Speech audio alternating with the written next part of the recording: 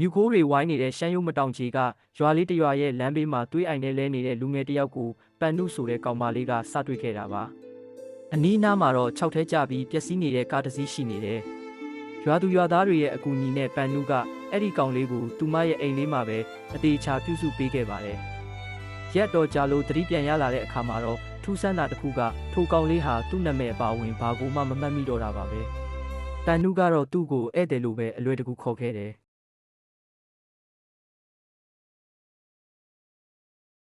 ဧည့်သည်ဟာပန်နုရဲ့နှွေးထွေးတဲ့ပြုစုမှုရိုးသားတဲ့ရွာလေးရဲ့ဓလေ့တွေကြားမှာတဖြည်းဖြည်းပြန်လဲကျန်းမာလာခဲ့ပါတယ်ကျွန်တော်ဘယ်သူလဲဆိုတာမသိရပေမဲ့ဒီမှာရှိနေရတာကျွန်တော်အတွက်တော့ပျော်စရာအကောင်းဆုံးပဲပန်နုလို့ဧည့်သည်ကပန်နုကိုတိုးတိုးလေးပြောလေးရှိတယ်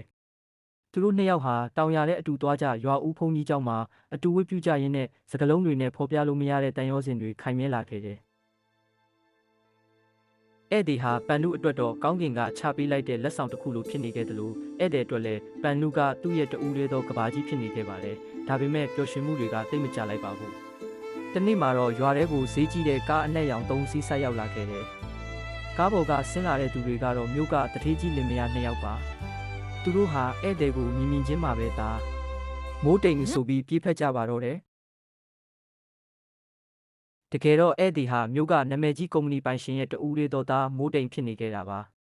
မိုးတိမ်ရဲ့မိဘတွေကပန်နုကိုကျေးဇူးတင်စကားပြောပေမဲ့သူတို့ရဲ့မျက်လုံးတွေထဲမှာတော့ဆင်းရဲတဲ့ရွာသူလေးပန်နုကိုအထင်သေးတဲ့အရေးအယောင်တွေပါနေခဲ့တယ်တာအားလုံးကိုမေ့နေတာလားဒါအမေမေလေးကဲအိမ်ပြန်ကြရအောင်မိုးတိမ်ဟာသူ့ကိုမျက်ရည်တွေနဲ့ကြည့်နေတဲ့ပန်နုကိုတလက်သူ့မိဘဆိုသူတွေကိုတလက်ကြည့်ရင်ဇဝေဇဝါဖြစ်နေခဲ့တယ်သူ့နှလုံးသားကပန်နုနားမှာပဲနေချင်ပေမဲ့အမှန်တရားကသူ့ကိုမြို့ပြစီဆွဲခေါ်နေပါပြီနောက်ဆုံးမှာတော့မိုးတိမ်ဟာမိဘတွေရဲ့အတင်းအဓမ္မခေါ်ဆောင်မှုကြောင့်ကားပေါ်ကိုပါသွားခဲ့ရတယ်ဖုန်တထောင်းထောင်းထနေတဲ့လမ်းမကြီးပေါ်မှာပန်နုတယောက်တည်းကြံရစ်ခဲ့ပြီး